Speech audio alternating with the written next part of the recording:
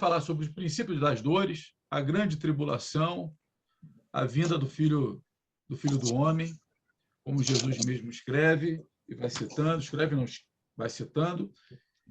E aí, os primeiros 4 versículos que nós vamos ler, tá? Vai falar sobre um breve interrogatório que os seus discípulos fazem a Jesus, tentando entender aquilo que ele já havia dito e fazendo alguns pontos que talvez tenham surgido como dúvida no seu coração e traz para Jesus esse tipo de situação. Olha o que diz aqui do primeiro ao 4º versículo. Quem achou ou quem estiver enxergando aí na projeção, pode ler, por favor. Marcos, capítulo 13, versículo de 1 a 4. Quem achou, pode ler. Quer que eu leia na Bíblia ou aqui na tela? O que você preferir, Gabriel. Então vai na tela mesmo. Então, vamos lá. E saindo ele do templo, disse-lhe um dos seus discípulos: Mestre, olha que pedras e que edifícios. E respondeu Jesus, disse-lhe: Vês esses grandes edifícios? Não ficará pedra sobre pedra que não seja derrubada.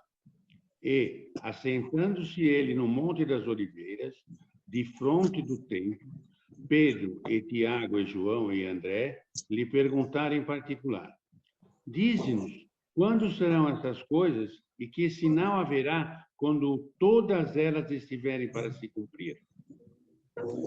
Então, percebam, Jesus está saindo, nós lemos no final do capítulo 13, né? Do 12, do capítulo 12, nós falamos sobre a oferta da viúva pobre.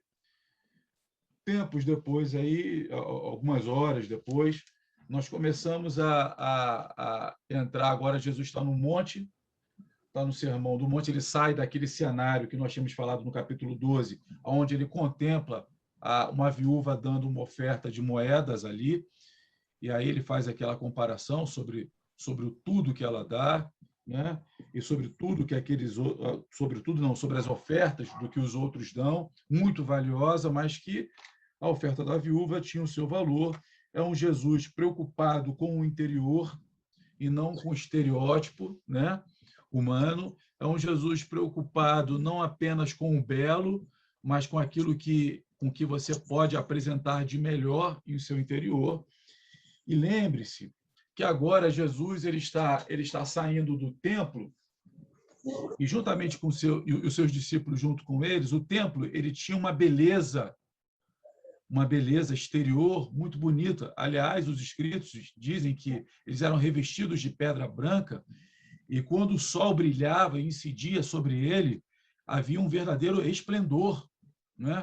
Era muito bonito, era muito admirado. Ele foi construído ali por Herodes no ano 19 antes de Cristo, tá?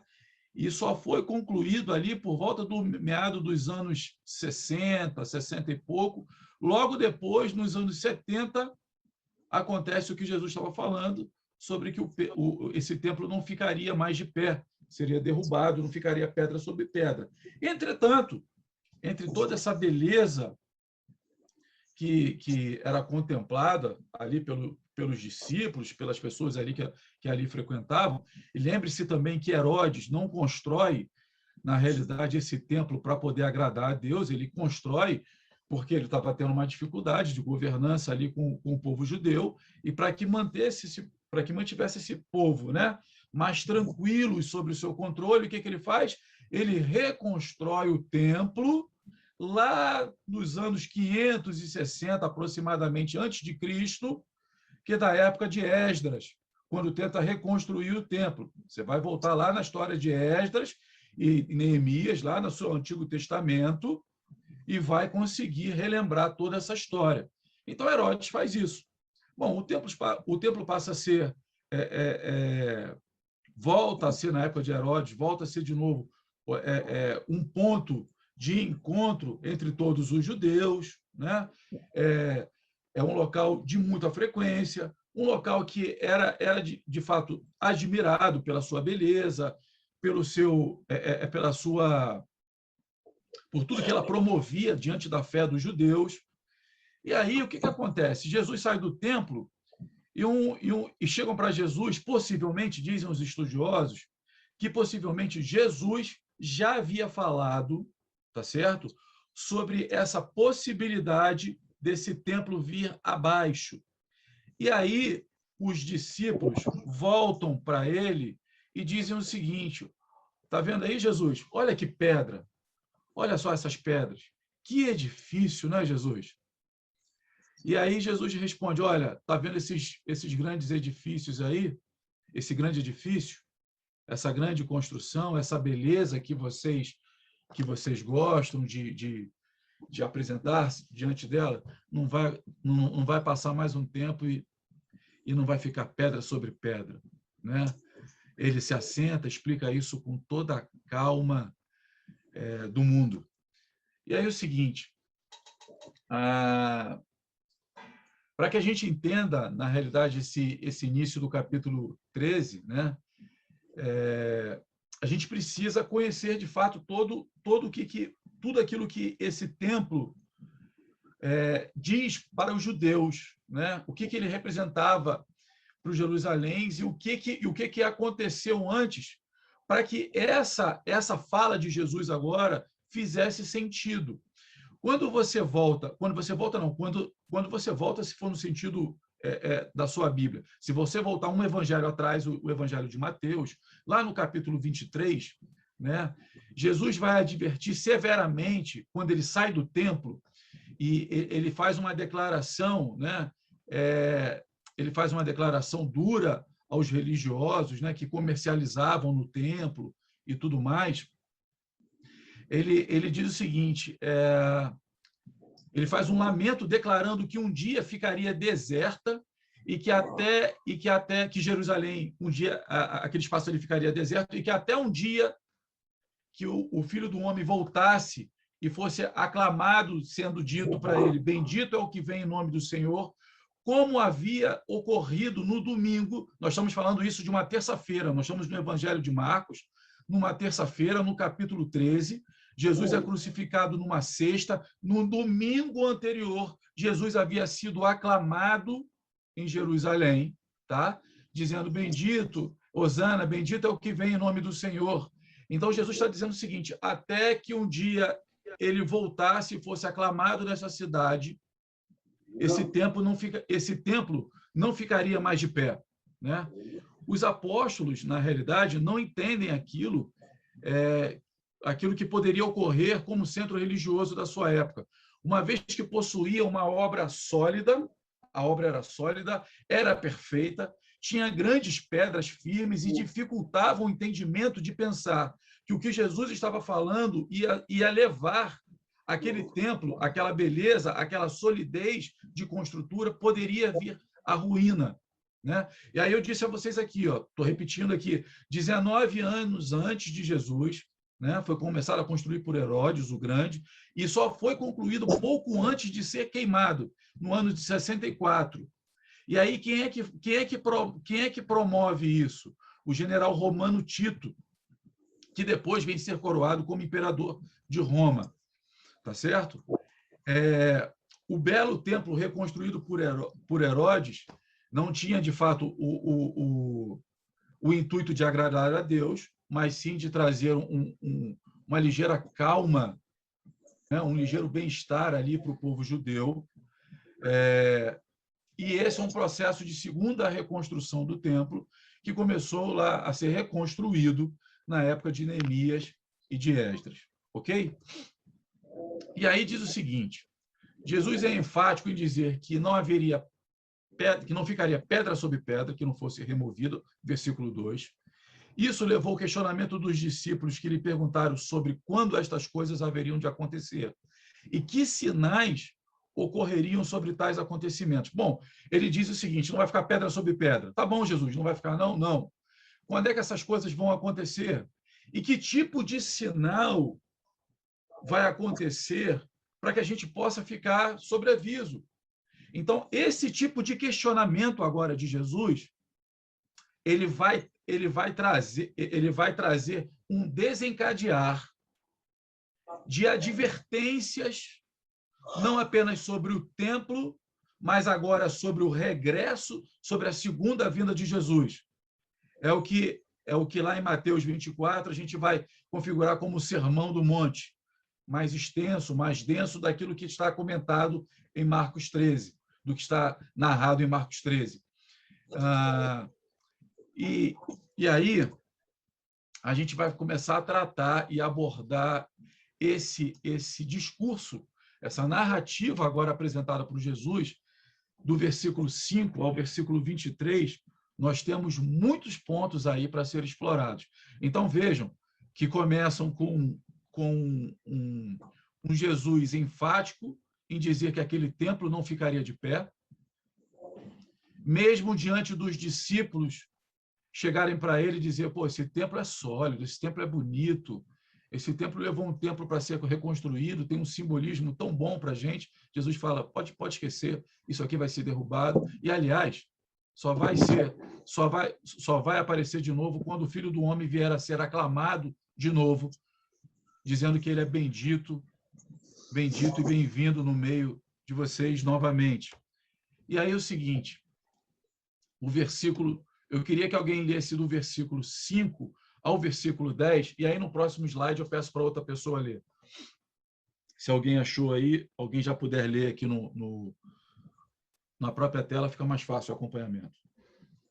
E Jesus, respondendo-lhes, começou a dizer, olhai que ninguém vos engane, porque muitos virão em meu nome, dizendo, eu sou o Cristo, e enganarão muitos.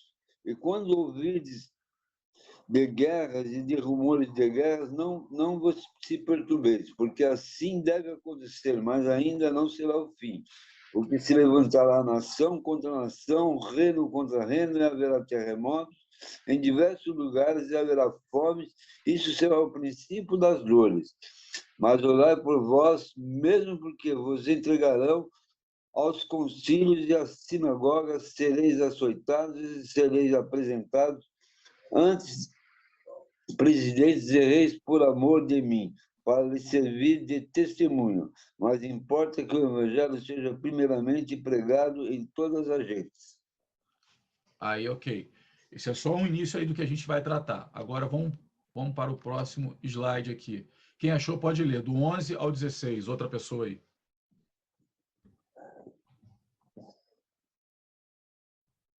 Alguém? Então eu vou ler aqui, olha. Quando, pois, vos conduzirem e vos entregarem, não estejais solícitos de antemão pelo que haveis de dizer, nem premediteis, mas o que vos for dado naquela hora, isso falai. Porque não sois vós os que falais, mas o Espírito Santo. E o irmão entregará à morte o irmão, e o pai ao filho, e levantar-se-ão os filhos contra os pais, e os farão morrer. E sereis odiados por amor do meu nome, mas quem perseverar até o fim, esse será salvo. Ora, quando vos virdes a abominação do assolamento, que foi predita por Daniel, o profeta, estar onde não deve estar, quem ler, entenda. Então, os que estiverem na Judéia, fujam para os montes. E o que estiver sobre o telhado, não desça para casa, nem entre a tomar coisa alguma de sua casa. E o que estiver no campo, não volte atrás para tomar as suas vestes. Mas ai das grávidas e das que criarem naqueles dias. Orai, pois, para que a vossa fuga não suceda no inverno, porque naqueles dias haverá aflição tal, qual nunca houve desde o princípio da criação, que Deus criou até agora, nem jamais haverá. E se o Senhor não abreviasse aqueles dias, nenhuma carne se salvaria, mas por causa dos eleitos que escolheu, abreviou aqueles dias. E então, se alguém vos disser, eis aqui o Cristo, ou ei-lo ali, não acrediteis, porque se levantarão falsos cristos, falsos profetas, e farão sinais e prodígios para enganarem, se for possível, até os escolhidos. Mas vós, vedes, eis que antemão vos tenho dito tudo isso. Até aí. E aí o seguinte, vamos prestar atenção. Eu falei para vocês que Jesus, a pergunta dos discípulos vai desencadear uma série de situações que Jesus vai flegar ou vai dar como sinal de alerta para eles. Ele vai dar alguns indicadores, né? Algumas coisas que vão servir para que venham pautar não apenas aquela geração, mas a geração vindoura, tá certo? Então, o primeiro ponto aí, o que Jesus ele traz para a gente? Número 1, né? Ele faz pelo menos aqui no estudo, pelo menos 10 colocações até a sua segunda vinda. 10, pelo menos 10. A número 1, Jesus adverte e pede extrema cautela. Ele diz o seguinte: ninguém vos engane. Em outro versículo, ele vai dizer assim: não se assustem, não é o fim, orai, não acrediteis, ficai sobre aviso. Enfim, o que Jesus pede e o que Jesus vai construindo nessa narrativa dele? Ele vai dizendo assim, o primeiro ponto aí que você pode tirar como lição dessa fala é que ele vai pedir para a sua igreja, para os seus discípulos, fiquem vigilantes, né? Vejam que lá no versículo 5 ele começa assim: então Jesus começou a dizer-lhes, cuidado, ninguém vos engane. Então ele já começa dando o primeiro sinal de advertência, o seguinte: ei, preste atenção, se mantenha sólido, ouça o que de fato eu estou dizendo, retenha aquilo que eu digo, porque isso vai servir para pautar a sua vida cristã daqui para frente. A sua fé vai ser pautada pelo aquilo que eu digo, e não somente, ou de maneira nenhuma, deve ser pautada por outra coisa que não tenha sido dito por mim ou que não esteja nas Escrituras. O que os outros vão dizer, você precisa ter muito cuidado. Você precisa aprender a discernir, a julgar, a ter entendimento sobre isso. Ponto número 2. Jesus mostrou alguns sinais desse tempo. Que tempos são esses, né? Muitos virão em seu nome. Vai dizer aqui, olha, versículo 6.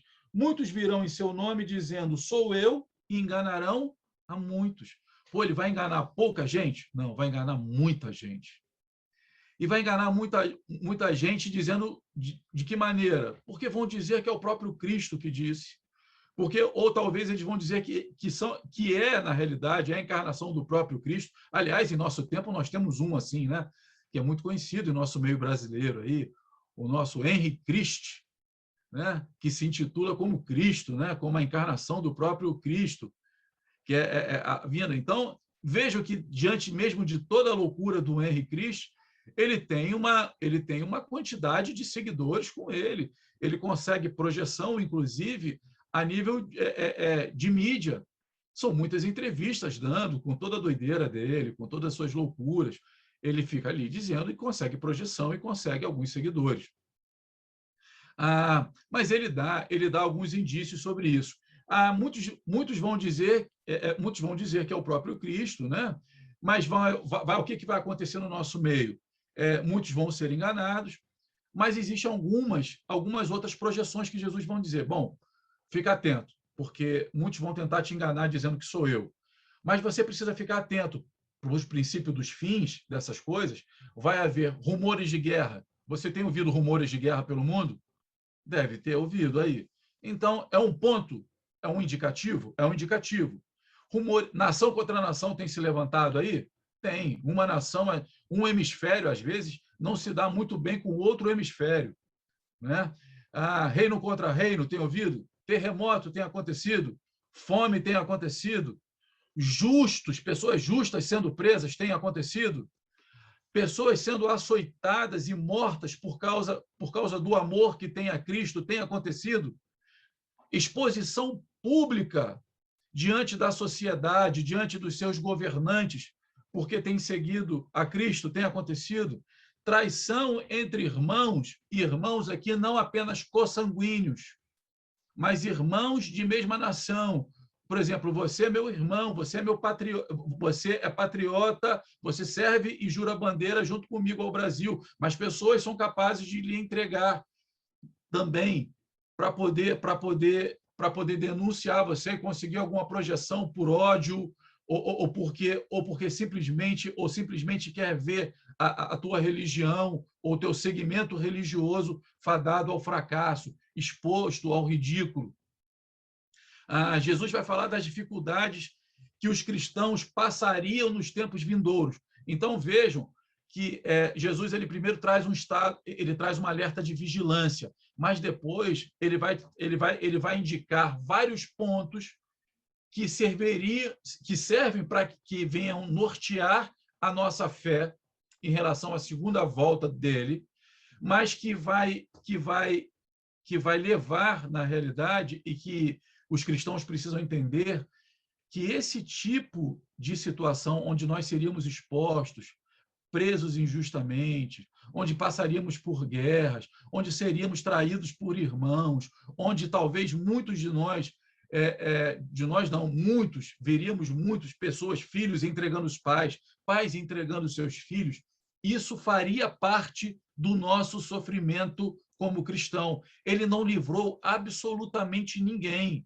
A igreja passando por tamanho sofrimento do início até o final, até a vinda do Cristo, a igreja passando por isso. Por isso que quando o pastor Saulo, pastor Emerson, fomos dar aula para vocês de Apocalipse, que uma das correntes teológicas possíveis seria daquelas que a igreja não ficaria isenta do sofrimento, mas sim que atravessaria por todo o sofrimento, por todo tipo de situação, até mesmo muito difícil, constrangedora, injusta, a igreja passaria por ela. Jesus, agora está dizendo, fiquem alerta, os sinais são esses, vai causar mal-estar, vai causar sofrimento, vai causar dor, vai causar constrangimento. Até aí, está todo mundo ok? Tem alguma dúvida? Se quiser, abra, por favor, o microfone e fale a qualquer momento. E se alguém quiser complementar, também fique muito tranquilo, tá? Oi, Anderson. Alguém falando? Deolinda. Oi, Deolinda. Não sei, estou com imagem ou não? Deixa eu ver aqui, que eu não consegui enxergar todos. Você está com imagem, sim, estou te vendo. Tá. Então, quando aqui no título da minha Bíblia é a grande tribulação, né? Uhum. Não sei se todos compartilham com essa ideia, mas assim, eu tenho aprendido que depois da vinda de Jesus, depois que Jesus partiu para o céu, tudo é final dos tempos, né? Passou a entrar no final dos tempos. E quando ele fala aqui de não descer do telhado, das grávidas, ele não está falando daquela situação pontual que aconteceu ali para o povo de Israel, para os judeus naquele momento, né? Quando houve a queda lá de Jerusalém no ano 70, não é disso que ele está falando? Aliás, Oi, desculpa, Deoliana, deixa eu interromper, pode concluir. Não, é isso, só para ser... Não, ele está assim, ele fala, aliás, ele dá... Lembre-se que a conversa, né, dele começa justamente a partir porque ele vai falar que aquele templo vai ser derrubado. E aí os discípulos não conseguem entender aquilo, porque a construção é sólida, bonita, tem uma representatividade religiosa magnífica para o povo judeu, depois de tudo já ter sido reconstruído lá na época de Neemias e Esdras. Aí o templo cai, Herodes começa isso tudo de novo. Eles não conseguem compreender, perguntam a Jesus, quando é que então tais coisas vão acontecer? Por causa da pergunta deles, ele vai começar a desencadear não apenas responder para aquela geração sobre quando o templo cai, mas sobre tudo aquilo que o povo precisa, que os seus discípulos precisam ficar advertidos sobre o que viria a acontecer. Concordo contigo, a partir da vinda de Cristo, da primeira vinda de Cristo, tudo agora passa a ser final dos tempos. Então, algumas coisas, Deolinda, vão acontecer para aquele momento, para aquela geração, e para aquele templo, para aquela pergunta específica sobre a destruição do templo. Tanto é que o templo acontece nos anos 70, tá? Uma perseguição implacável ali, destrói, queimam tudo. Inclusive, um dos pontos que a gente vai citar um pouquinho, vou citar um pouquinho mais à frente, sobre o versículo 14, quando ele diz assim: quando virdes a abominação assoladora no lugar em que não deve estar, aí, entre parênteses aqui, quem lê, entenda, então os que estiverem na Judéia fujam para os montes. Há uma ideia aqui, há uma das percepções, uma das linhas teológicas, é de que isso, de fato, que acontece quando Jesus prediz ali, é que quando Tito, o imperador Tito, derruba o templo, queima o templo, e ali não fica absolutamente nada, é colocado uma estátua ali de um outro Deus para adoração. Então, ali há uma profanação. Outros vão dizer, outra linha vai dizer que isso acontece quando o... Oh, meu Deus, agora me fugiu a outra linha religiosa. Vou lembrar daqui a pouco, que quando eles perseguem e matam os sacerdotes, todos no templo, e ali tem um verdadeiro extermínio. Então, aquilo ali foi uma profanação do templo. Isso foi mais ou menos no ano 64, ou foi no ano 66, aproximadamente. Então, tem uma profanação do templo, e aquilo chama muito a atenção deles. Então, algumas coisas são exatamente falando para aquele templo específico e para aquela geração que viria a participar disso. Entretanto, ele dá muitos indicadores de que coisas ainda haveriam de vir e que vai justamente se consolidar, Deolinda, com a fala e com a visão apocalíptica, escatológica de João. Então, umas coisas vão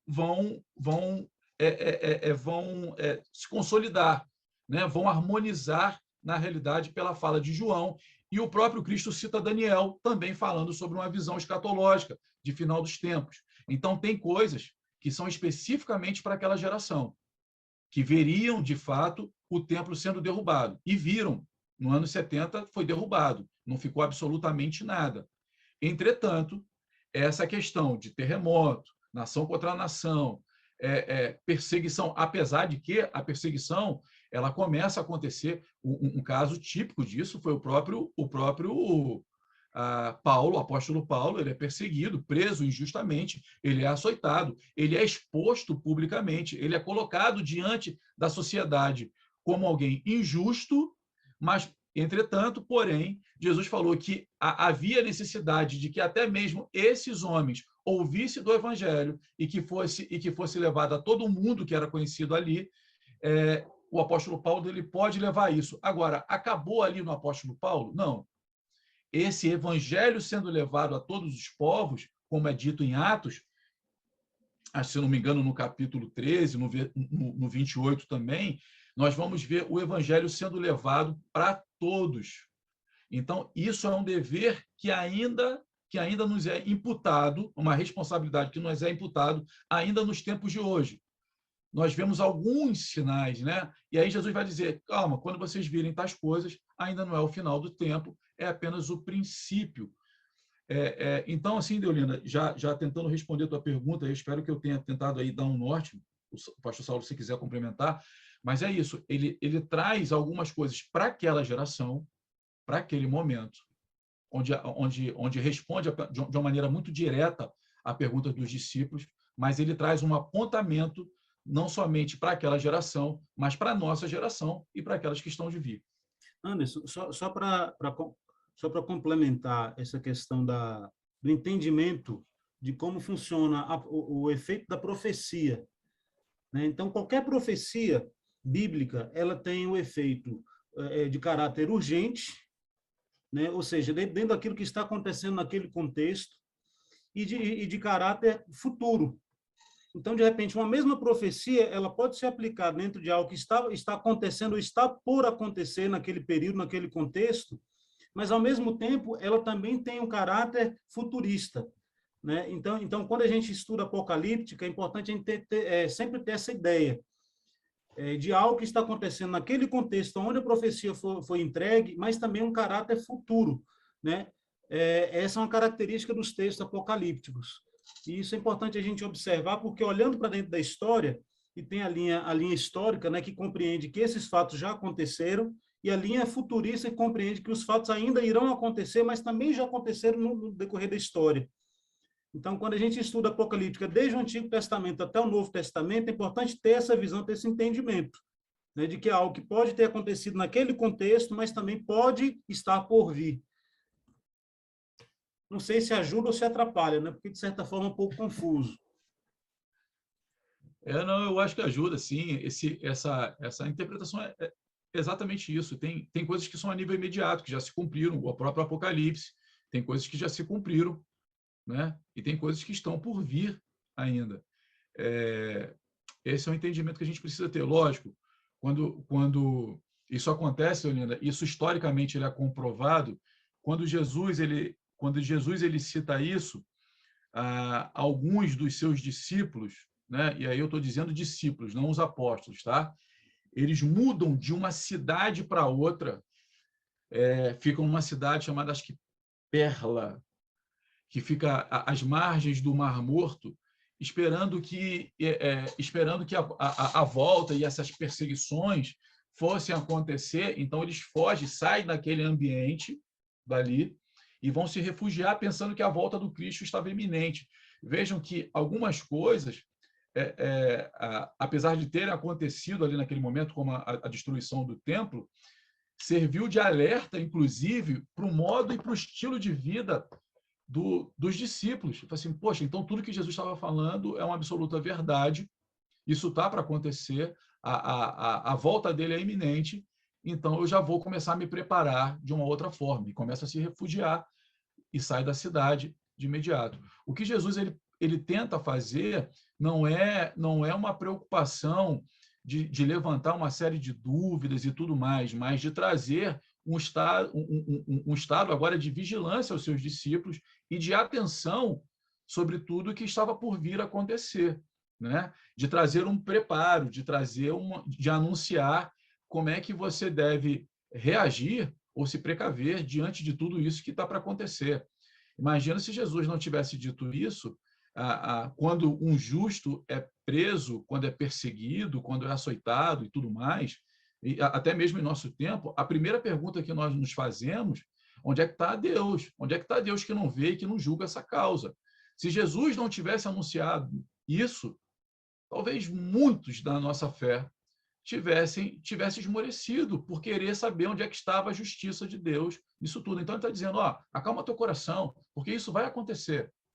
Isso vai acontecer com justos, você vai ser traído, você, né, não vai ser ouvido, você vai ser exposto publicamente. Agora, tudo isso vai fazer um sentido. O evangelho vai ter que ser anunciado. E, aliás, fique muito tranquilo, nem adianta tentar premeditar o que você vai dizer, não, o Espírito Santo vai te encher. Agora, Jesus estava dizendo isso, que o Espírito Santo vai te dar as palavras corretas. Agora, ele estava te isentando de uma preparação antes, que você deve saber manusear, que você deve entender, que você deve interpretar bem as Escrituras. Não, ele não estava te isentando dessa responsabilidade. Ele estava te dizendo o seguinte, fique tranquilo, porque mesmo quando você se sentir muito abatido, quando você se sentir desprestigiado a ponto de dizer assim, por que tudo isso está acontecendo comigo? O Espírito Santo vai te encher e vai te dar a palavra certa para anunciar. Tem coisas que foram para aqueles momentos. Muitos dos cristãos foram perseguidos e viveram essa realidade ali, logo depois da morte do Cristo. Lembre-se que depois que o Cristo morre, Jesus, quando ele aparece aos seus, ele encontra todo mundo dentro de uma casinha. A palavra de Deus diz que eles estavam com medo, não saíam de dentro da casa. Estavam com medo. Então, assim, aquilo foi real. O que Jesus estava dizendo ali para aquele momento, para algumas coisas, era real. Foi imediato. Né? Eles conseguiram visualizar isso muito rápido. Agora, conseguiram visualizar a segunda vinda do Cristo? Não, não conseguiram visualizar, mas ele dá vários indícios até que isso de fato aconteça. E é onde a gente vai se agarrando e vai tentando nos manter em estado de alerta, evidenciando. Tem gente que vai fazendo até um checklist aí. Isso aqui já aconteceu, Jesus Cristo está vindo. O evangelho está penetrando nas nações que até então eram impenetráveis, que não podia se chegar. A igreja que era perseguida aqui, ela agora consegue, ela é perseguida ainda, mas ela consegue ter uma entrada melhor. O Senhor tem levantado pessoas ali. A internet tem chegado e tem conseguido ser propagada em determinadas nações. Olha o quinto. Jesus especificou que o Espírito Santo daria palavras certas. Eu acabei de falar. O 6. Jesus falou da necessidade de perseverança. Por que ele falou de perseverança? Porque diante de tantas assolações, diante de tantas tribulações, diante de tantas injustiças, se você não perseverar, meu filho, você esmorece e desiste, abandona a tua fé. E aí, agora, é interessante, embora a salvação não tenha como pré-requisito a perseverança, mas a fé, a perseverança é a prova da verdadeira salvação. Né? Aquele que perseverar até o fim, diz o Senhor, que dar-te-ei a coroa da vida. Então, vejam que existe o critério de perseverança.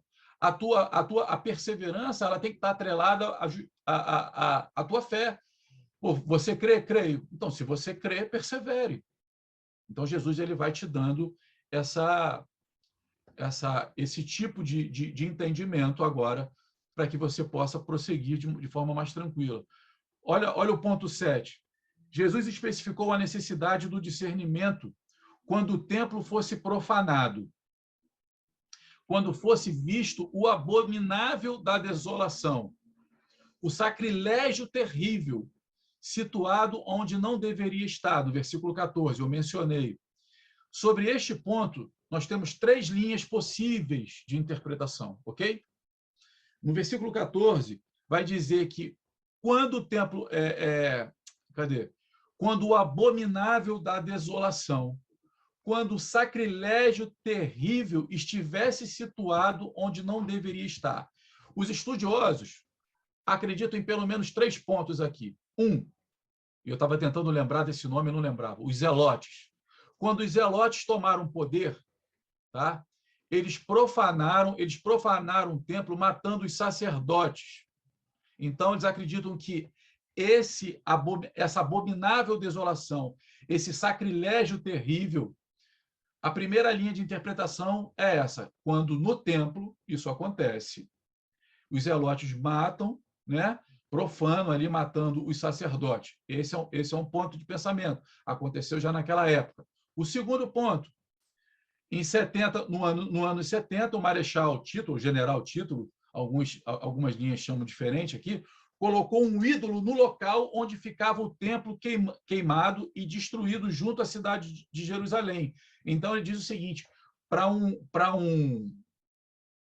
uma nação que não era idólatra e que só tinha um único Deus verdadeiro e temido, quando Tito faz isso, ele profana e é considerado e é visto como algo abominável, um sacrilégio terrível.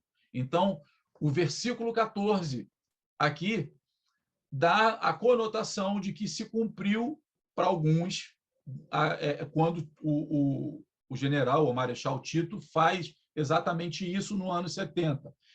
E a terceira linha de pensamento, quando é que acontece aqui?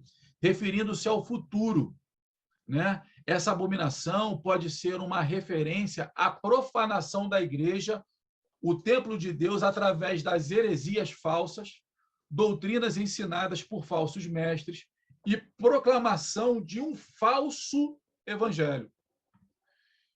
Então, temos pelo menos 3 linhas. Qual linha você segue? Eu não sei. Qual linha você acredita? Eu não sei. Eu sei que pode ser tanto aplicado para aquele momento, onde eles viram os zelotes matando os sacerdotes, pode ter sido uma profanação, porque colocaram um ídolo no local do templo? Pode.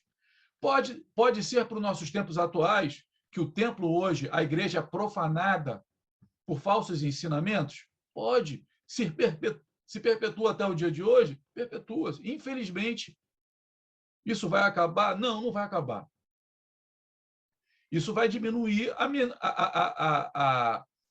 na proporção que a igreja se levanta e se propõe a fazer o que o Cristo está dizendo, que é pregar este evangelho a toda criatura. A maneira que o evangelho verdadeiro ele é proclamado, o evangelho falso e que era ensinado, ele vai saindo e as pessoas vão compreendendo no todo. E aí você tem alguns textos que vão corroborar com esse pensamento. Está lá em 1 Timóteo 4:1 e 2 Timóteo 3:1. Eu não estou falando, gente, simplesmente lendo todos eles por causa do tempo. Tá? O oitavo ponto que Jesus traz aí como ensinamento diante desse texto. Jesus especificou que haveria grande destruição como nunca havia acontecido e que nunca mais aconteceria. Ele estava falando só do templo? Não. Templo por templo, como eu vou dizer, edifício por edifício sendo destruído, isso acontece o tempo inteiro.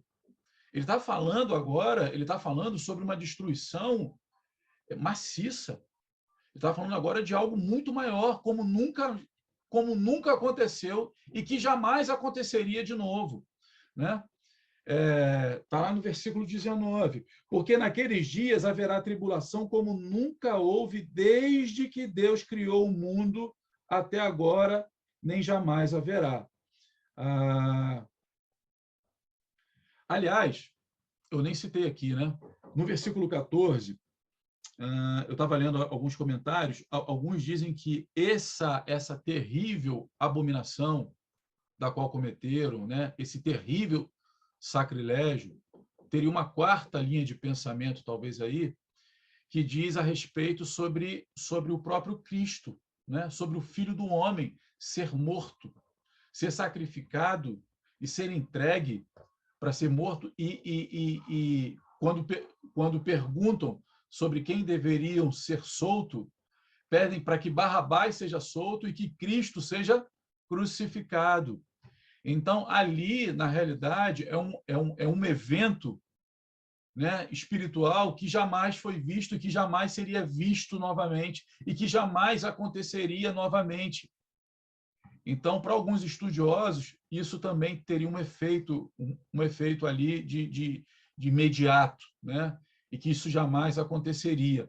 Agora, quando Jesus, no versículo 19, porque naqueles dias haverá uma tribulação como nunca houve, desde que Deus criou o mundo até agora, nem jamais haverá.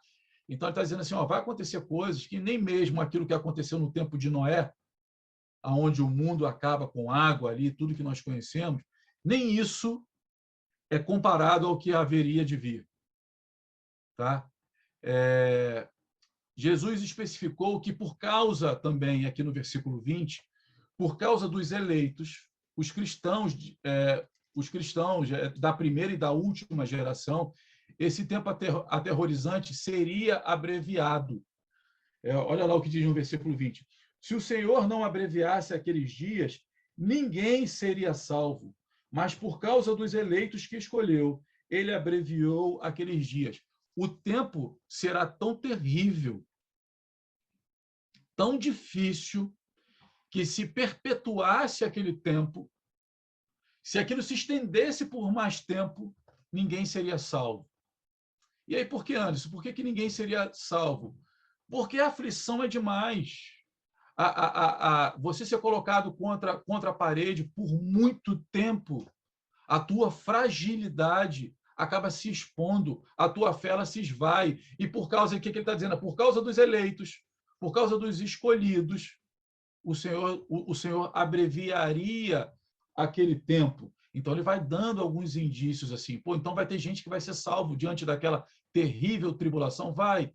Vejam que aqui ele não está tirando a sua igreja da grande tribulação. Ele está dizendo que a sua igreja, os seus escolhidos, estão passando por essa grande tribulação, estão passando por essa grande dificuldade, mas que por causa destes, esse tempo seria abreviado. E o ponto 10 aqui, Jesus disse que tais sinais seriam apenas o princípio das dores. Na verdade, seriam os eventos cotidianos durante o tempo entre as duas vindas de Jesus Cristo. A primeira já tinha acontecido, mas, sobretudo, Jesus revelou, em termos gerais, que essas palavras não serviam para encorajar a especulação, mas para prevenir o discípulo contra o engano. E como ele mesmo tinha sofrido durante o tempo de seu ministério, os seus discípulos deveriam estar preparados para o sofrimento durante toda a jornada cristã. Se você pegar lá em Apocalipse 6, de 1 a 17, você vai falar sobre essa questão do sofrimento da igreja diante da grande tribulação, para quem lê dessa forma e quem consegue interpretar dessa forma. Tem gente que crê que a igreja ela é isenta dessa grande tribulação e ela é arrebatada antes. Mas para quem não crê dessa forma, ok? A igreja vai passar por tudo isso. Gente, até aí, tudo ok? Tudo tranquilo? Deixa eu ver aqui que horas são. Eu estava assim no relógio. São, ok, 5:11. Então, tranquilo. Está aberto aí para vocês. Mais algum ponto para falar sobre até esse versículo 23, do 1º ao 23º? Anderson, Oi. Só complementando a fala da questão de como a apocalíptica ela deve ser compreendida, interessante a gente observar que, por exemplo, Daniel é também um texto apocalíptico, ele trata de assuntos relacionados, né, ao fim dos tempos e tudo. E o próprio Daniel, ele fala sobre o abominável da desolação, e a gente vê o seguinte, que no período interbíblico, ou seja, entre o último livro da Bíblia, que é Malaquias, né, e o início do Novo Testamento, foram 400 anos nos quais não se levantou profeta. E é interessante a gente observar, por exemplo, a Bíblia evangélica não tem os livros apócrifos, né? A Bíblia católica contém. Nós consideramos que são livros que não foram inspirados. Mas a gente encontra, por exemplo, lá em Macabeus, né, a menção da revolta dos macabeus contra Antíoco Epifânio, né, que, segundo alguns, era também foi considerado como o abominável da desolação. Por quê? Porque ele invadiu Jerusalém, porque ele invadiu o templo, roubou tudo que tinha no templo, sacrificou porcos lá dentro, colocou estátua de Zeus dentro do templo, de certa forma, ele obrigou o povo judeu a não mais cultuar ao Senhor. Isso causou aquilo que a história conta como a revolta dos macabeus. Então, Antíoco Epifânio também é apontado como sendo o abominável da desolação pelo fato de ter trazido todo esse jugo, todo esse peso sobre a nação de Israel. Então, sempre que a gente lê um texto apocalíptico, é importante compreender que tem aquela aplicação urgente, né, dentro daquele contexto atual, mas tem também uma aplicação futurista, dentro daquilo que está por vir nos últimos tempos. A Deolina ela comentou sobre o fato de que, a partir de quando Jesus ele subiu aos céus, nós já vivemos o fim dos tempos, vivemos os últimos tempos aqui na Terra, e de fato é isso. Então, essa palavra é uma palavra que é por isso que a Bíblia não é simplesmente um livro histórico, a Bíblia não é simplesmente um livro que conta fatos, é um livro espiritual e tem que ser compreendido dessa forma. Então, é um livro atemporal. Então, quando alguém se levanta para mencionar que a Bíblia precisa ser atualizada, contextualizada, essa pessoa está completamente fora de propósito, porque a Bíblia ela é um livro eterno, assim como Deus é um Deus eterno. Então, é importante a gente ter essa capacidade de compreender, né, as aplicações nos tempos específicos. A exemplo do próprio Antíoco Epifânio, que foi considerado como de acordo à leitura de Daniel, como abominável da desolação também, além dos exemplos que você acabou de mencionar aí para a gente. É legal isso, porque se você parar para analisar esse efeito imediato da palavra da profecia do Cristo, se você olhar para aquele tempo, naquele tempo havia terremoto? Havia, como está tendo hoje. Tinha nação que se levantava contra a nação? Tinha. O próprio império de Roma dominava e subjugava o povo de Israel. Tinha nação contra nação? Tinha. Tinha traição? Tinha. Tinha gente injusta sendo preso? Tinha. Continua até o dia de hoje? Continua. Mas valia para aquele povo também? Valia. Eles estavam vendo tudo isso. Ele estava vendo uma série de coisas, então tinha coisas que era para aplicação imediata, mas que se estende até os dias de hoje. E quando é que isso termina, de fato, né, Saulo? Quando é que isso termina? Com a volta do Filho de Deus. Quando Cristo voltar, isso se finda. E esses apontamentos, aí é uma linha minha pessoal, cada um tem a sua maneira de ver. Eu entendo que Cristo ele vai dando alguns parâmetros, mas quando ele traz isso para algo mais próximo de uma iminente real volta dele, né? Essa proximidade da volta dele vai se aproximando a cada dia. A cada dia ele está mais próximo da sua vinda. Ok. Mas quando eu vejo, isso é a minha maneira de ler, né? Eu vejo, tem nação contra nação hoje? Tem. Mas em que proporção hoje tem? Eu acho que quando isso é uma maneira, eu entendo que quando Cristo está falando sobre isso, ele vai haver um tempo que de fato é nação contra nação mesmo. Para quem você tomou partidos, escolheu o teu lado aí, escolhe o teu lado, escolheu o teu lado. Agora se você escolheu o teu lado, você está contra mim. Então agora a gente passa a ser inimigo. Isso vai ficar muito mais assintoso. Eu não vejo isso tudo ainda. Tem muitas nações vivendo em paz plena, tanto contra um lado quanto do outro. Tanto é que a política, esses embaixadores estão aí para justamente tratar esse lado diplomático entre as nações, para que não haja isso. Mas ainda isso vai se tornar muito mais assintoso do que nós vemos hoje. Nós vemos praticamente guerras declaradas. Estados Unidos, Rússia, Estados Unidos, China, China com algumas outras nações do mundo. Ok, mas são todas? Não. Todo mundo sofre ainda? Não, tem nações que estão tranquilas. Gente, quando isso acontecer, o meu entendimento é que isso vai chegar para todo mundo. Pode ser o cristão do Brasil, pode ser o cristão da Suíça. Esse ser humano ele vai sofrer. Ele vai ter reflexo disso tudo, né? A perseguição vai ser implacável, eu entendo que no mundo inteiro. Agora, isso a gente vê gradativamente acontecendo todo o tempo. E aí, cabe a você, junto das suas leituras devocionais, lógico, que não fuja dentro de uma interpretação bíblica, começar a ter a tua compreensão, a tua análise sobre isso, né? Falta muito evangelho para ser pregado em muitas nações? Eu acredito que sim, eu não sou um acompanhador frequente disso, mas a gente vê a dificuldade que algumas nações ainda têm em poder aceitar o evangelho. Aliás, o evangelho não é nem permitido em muitas delas, né? Então, o evangelho precisa ser anunciado, né? Isso tem uma responsabilidade sobre as nossas vidas absurda, sobre a nossa geração ainda, sobre como nós conseguimos afetar de uma maneira positiva tudo isso. Bom, aí ele fala sobre esses eventos todos, sobre a questão do templo, sobre as questões de práticas ali imediatas que vão acontecer, até a questão do templo, que os discípulos estão preocupados, mas ele vai dar agora sobre a vinda do Filho do Homem, sobre a sua volta. E aí ele diz o seguinte, ora, naqueles dias, depois daquela aflição, o sol se escurecerá, a lua não dará a sua luz, e as trevas cairão do céu, as estrelas cairão do céu, e as forças que estão nos céus serão abaladas. E então verão desculpa, que acho que a minha... E então verão vir o Filho do Homem nas nuvens, com grande poder e glória. E ele enviará os seus anjos e ajuntará os seus escolhidos, desde os quatro ventos da extremidade da terra até a extremidade do céu. Outros sinais que ele está dando, não agora sobre questões políticas, questões agora simplesmente de laços consanguíneos ou patrióticos e tudo mais, ele vai estar dando apontamentos climáticos, né, cataclísmicos aí, sobre o que vai acontecer. Ele está dizendo que o sol vai se escurecer. É ao pé da letra esse sol escurecendo? Não sei. Pode ser, pode não ser.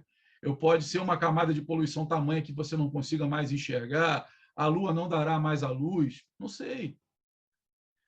Eu já vi linhas de pensamento sobre os dois, que isso é literal, né? O sol perdendo meio que o brilho. Outros vão defender isso, dizendo que isso não pode ser impossível. Se isso acontecer, há uma destruição quase que absoluta da Terra. O sol não pode perder a sua força, porque luz é vida e tudo mais. Mas o sol pode se escurecer a ponto de você não conseguir mais enxergá-lo, né? Por várias maneiras. A lua não dará a luz, as estrelas cairão do céu, as forças que estão no céu serão abaladas.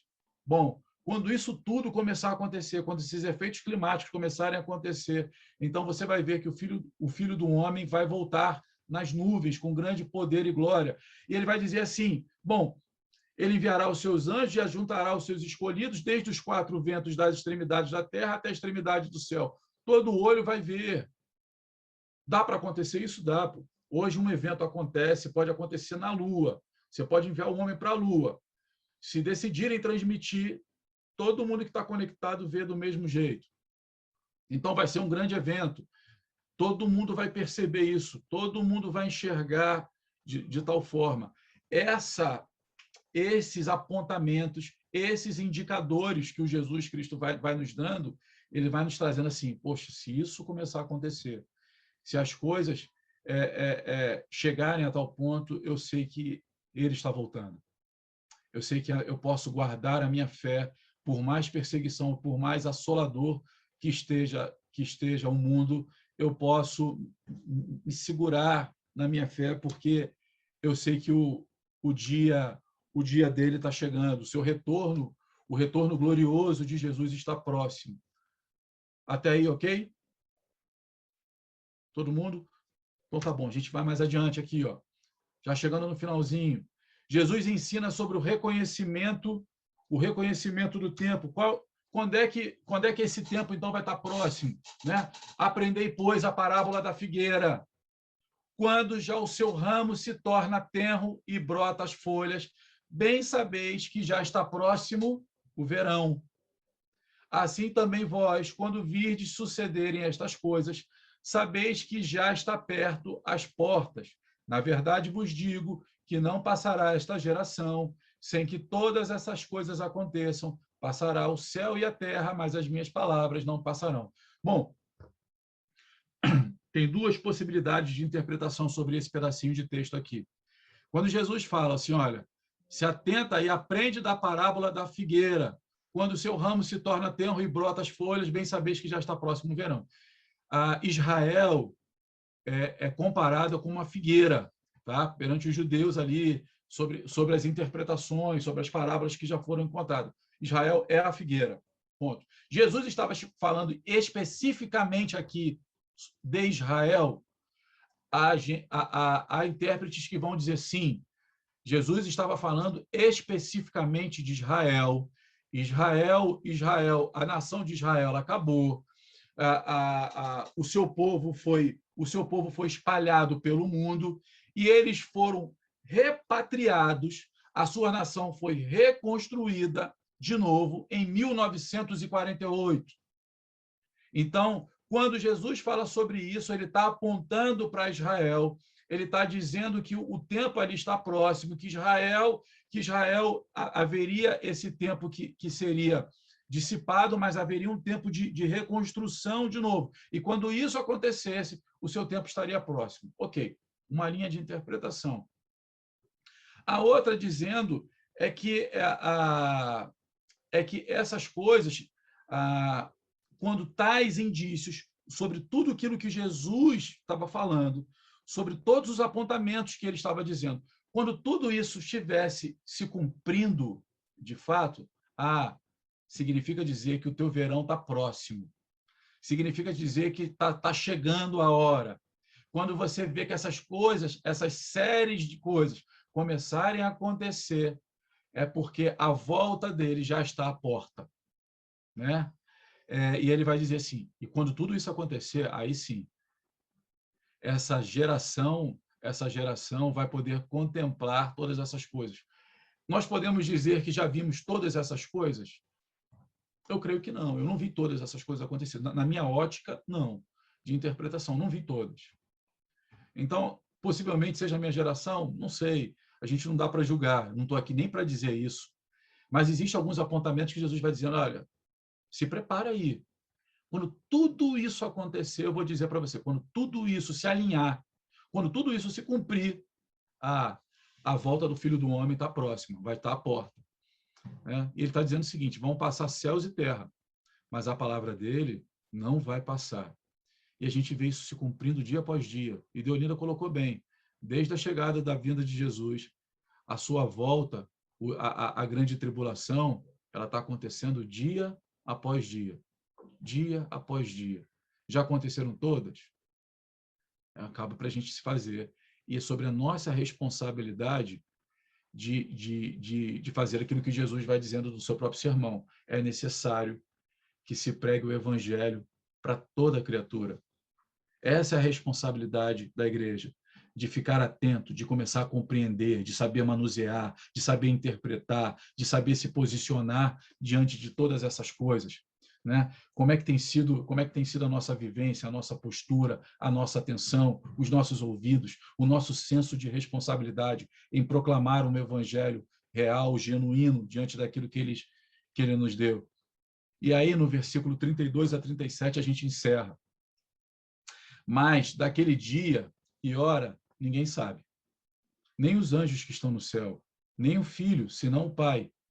Olhai, vigiai e orai.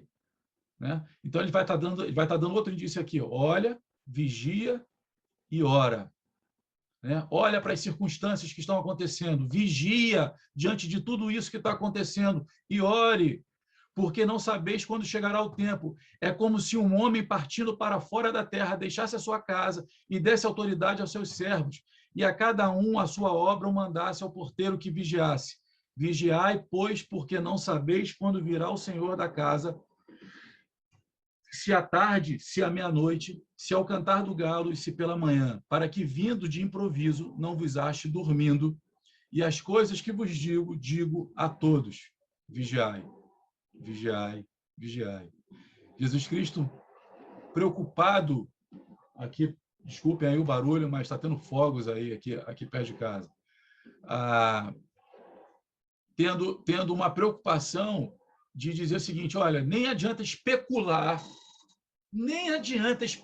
o dia da minha vinda, porque ninguém sabe, nem os anjos que estão no céu, nem o Filho, mas somente quem? O Pai. Já especularam o dia da volta do Senhor? Pelo menos algumas vezes que nós saibamos. Voltou? Não. Então não adiantou nada, pô. Está especulando. O que ele manda fazer é no versículo 33. No versículo 33. O que ele diz aqui? Você deve olhar, você deve vigiar e você deve orar. Né? Então, ele vai dando toda essa condição de você analisar tudo que está acontecendo à sua volta. É isso, gente. Para que você não seja pego de improviso, para que você espiritualmente não seja pego dormindo, né? E fique sempre esperto a todo momento, espiritualmente falando, para que você se mantenha sóbrio, equilibrado, né? Fortalecido diante de todas as possibilidades que podem acontecer com você, mesmo sendo você um justo diante dos olhos de Deus.